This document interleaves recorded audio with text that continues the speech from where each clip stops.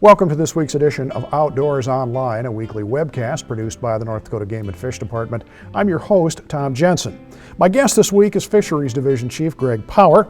We're going to talk about how lakes in the state are faring in this unusual winter. Greg, your crews are starting to do their testing about now, right? Yeah, their water quality, their winter water quality sampling, it takes place every winter from roughly mid-January through maybe mid-February. And each of the 6 fishery districts, they get out to not all their lakes, but most of their lakes, especially the quality lakes. They'll get out there, do it every winter. They sample the same spot in the lake, which is typically the deepest portion of the lake. How do they sample?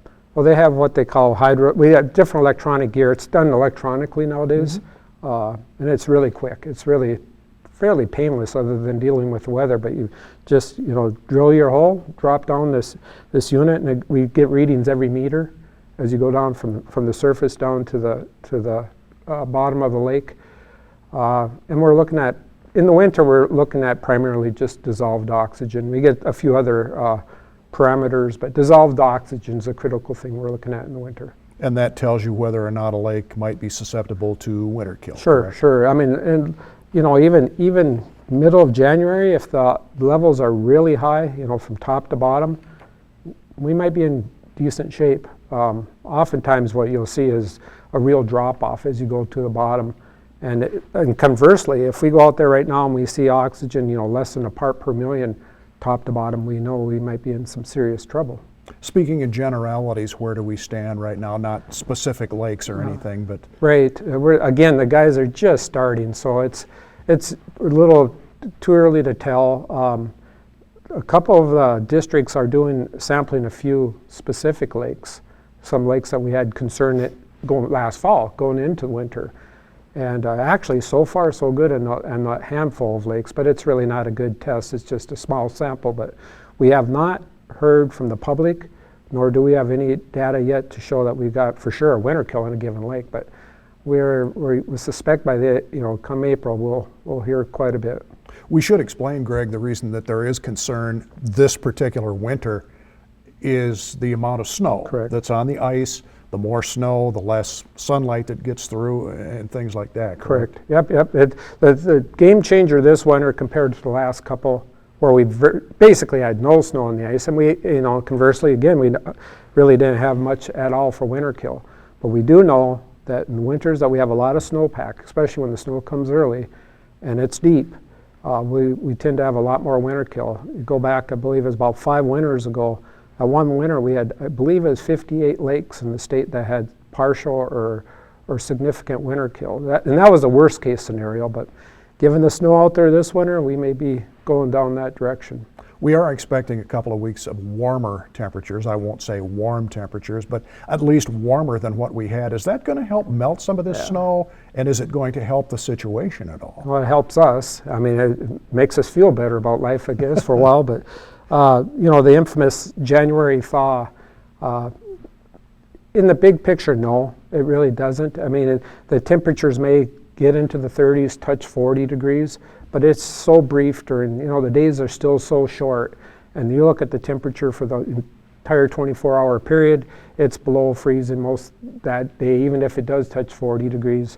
You just don't get, and the sun angle is still pretty low. You just don't get much thawing out there in January. It will settle across the snowpack and stuff like that, but it's not going to be substantial in the big picture. If nothing else, it may help access a little bit, I guess. Right. And access has been a real issue this winter, too. And it will. And the lack of wind will help, too, and we've had that. But we're hearing, in the last week or two here, through mid-January, we're hearing a few farmers, landowners, wildlife groups are punching in some holes to a few lakes, and where there is access to a fishing lake, we're getting some fishing pressure out there. People they do have the itch to get out there, but in the big picture, again, we're way down as far as winter fishing activity. We as an agency are managing a lot more lakes than we used to, and a lot of these lakes are small, opportunistic lakes that are very shallow. Those, I would guess, are more susceptible to winterkill than the big Absolutely. It's the size of the lake, and probably the most critical thing is the depth, especially maximum depth. If we have a maximum depth of 14, especially 16 feet and deeper, we usually are okay on Winterkill. It's those shallow lakes that maybe are only 8-10 feet deep. Those tend to Winterkill, especially in a winter like this. So, not only are they susceptible to winterkill, they're also susceptible to drying up, which the last several years we didn't have a lot of snow. Right, and if there's some good news to all the snow, and there is, it's the potential for some real significant runoff this spring. And a lot of our lakes, especially probably in the southern half, southern 2/3 of the state, are down 2, 3, 4 feet and could use a nice little spring rise out there. And if that happens, then it's also usually a good thing for year classes of fish. And we haven't had that much. We haven't had much for good natural reproduction of most fish species the last couple summers. So this year might be, or 2017 might be a real good one. You and your crews had a very unique way of stocking these opportunistic lakes. When they did winterkill, you didn't let that detract you from going and stocking them again, but actually you were taking them from one lake and putting them in another lake. Exactly, and that's one of the fish management tools that's probably changed today versus 20, 30 years ago. The guys are really good at getting out there in the spring, and if we know of the winterkill, especially if we know it's a significant or a total winterkill, where we have the ability in most cases to get fish, different species, stocked into that lake immediately. If it's really small, some of these community fisheries are maybe 10 acres or less, we can get catchables in there right away. Trout, sometimes catfish, perch, even bluegill, stuff like that. The other thing is, no matter the size, if we know about it, that there is it has been a winterkill, we get our stocking rates, whether it's pike, the fingerling stuff. Now, pike or walleye, we get it stocked pretty good right away, and even though it winterkilled, we can have a decent fishery, even in a bigger water body, maybe 2-3 years later. So the turnaround nowadays versus 20 years ago is a lot quicker, that we can get a fishery up and running. How can people that have a local fishery tell if there's been a winterkill in their lake and report it to you? Yeah, and that's a very good question. And you can tell, especially as you get into February, March, and maybe people are get out there and the snow's settled and people can get out and fish a lot more. When they drill holes, they're going to smell it, but oftentimes they'll actually see fish come, minnows, fathead minnows in particular. You'll see minnows come out of your hole, dead or dying.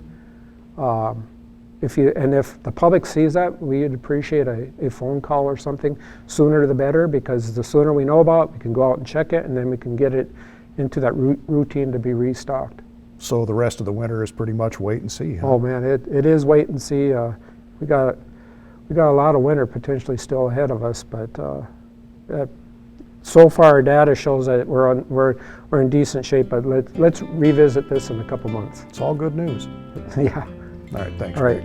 The 2017 legislature is now in session, and there are bound to be a few outdoor bills involved. If you plan to follow the session and track bills pertaining to the outdoors, here's a very valuable tool. The legislative page on the Game and Fish website. It'll give you a reference number for each bill, a brief explanation of the bill and how it might affect outdoors men and women, and will also have links to contact your lawmaker in every legislative district in North Dakota. Log on to the Game and Fish website at gf.nd.gov. You'll find the legislative page under the seasonal shortcuts on the home page. Also, you can sign up to receive email notifications of new bills or any other changes to legislation. For Greg Power and the rest of the staff here at North Dakota Game and Fish, thanks for joining us for Outdoors Online. We'll see you again next week.